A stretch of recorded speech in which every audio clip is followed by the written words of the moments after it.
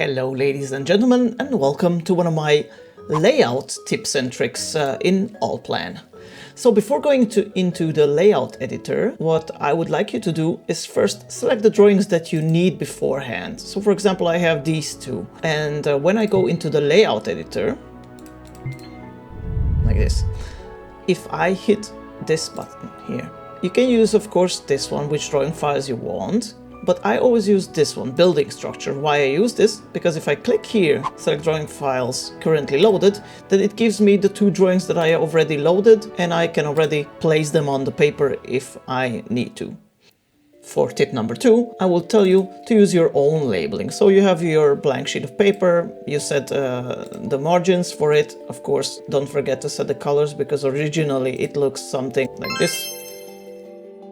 And then put the label on it. For example, in this example I'm gonna use the standard one. And of course, if you need to push it to the side or something, you can use these buttons here. For example, I want to offset it to the right, like -5, and then it would look better. And then maybe offset it also with -5 button. So I'm hit with close. Why do you need to do this? Because the stuff that is in the attributes, it will be loaded and you can program it. So everything that you write, it will be automatically filled out. And a bonus tip from me, and if you try to edit this, don't edit the indexes using this. If you edit the index like this, you have to wait a lot before that window pops up. So look at here.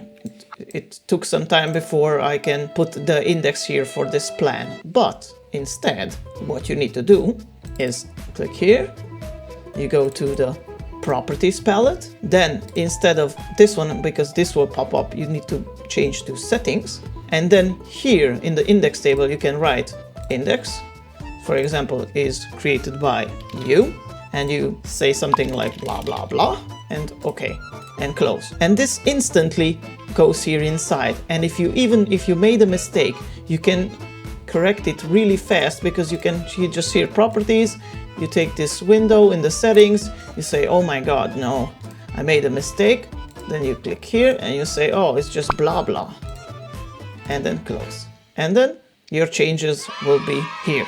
For my next tip, I want you to use layers. Why do I want for you to use layers? Okay. So for example, I'm going to paste this here, and I'm going to push this here. And I'm going to be using windows, because I like windows more like this.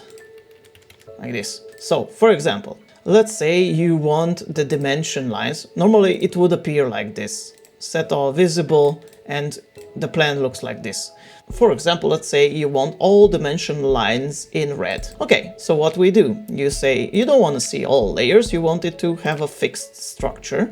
And of course, normally you would get this whole list, but you will say list layers in layout element. And for example, I say, okay, don't show me this dimension line. I'm gonna copy the same element, and for the top one, I'm gonna say I only want to see the dimension line here, and the dimension line should be red. And I go on okay. In this scenario, I just copy the same layout element, but in the bottom element, I remove the dimension line, and in the top element, I added a dimension line. And this is best made using windows. I always use window. What you need to know about the layout window, this layout window doesn't change size if you add elements to it. If I use an element, for example, let's say we're gonna place this floor element. If you place this element, every time you add something to it, it will appear, it will stretch out. But if you use a window, then this size is fixed, it will not change.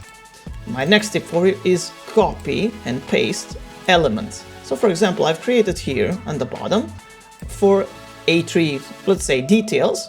I always want this kind of label here, I want this kind of A3 paper, and I put some of my most used drawings. So in this situation, I just hit copy.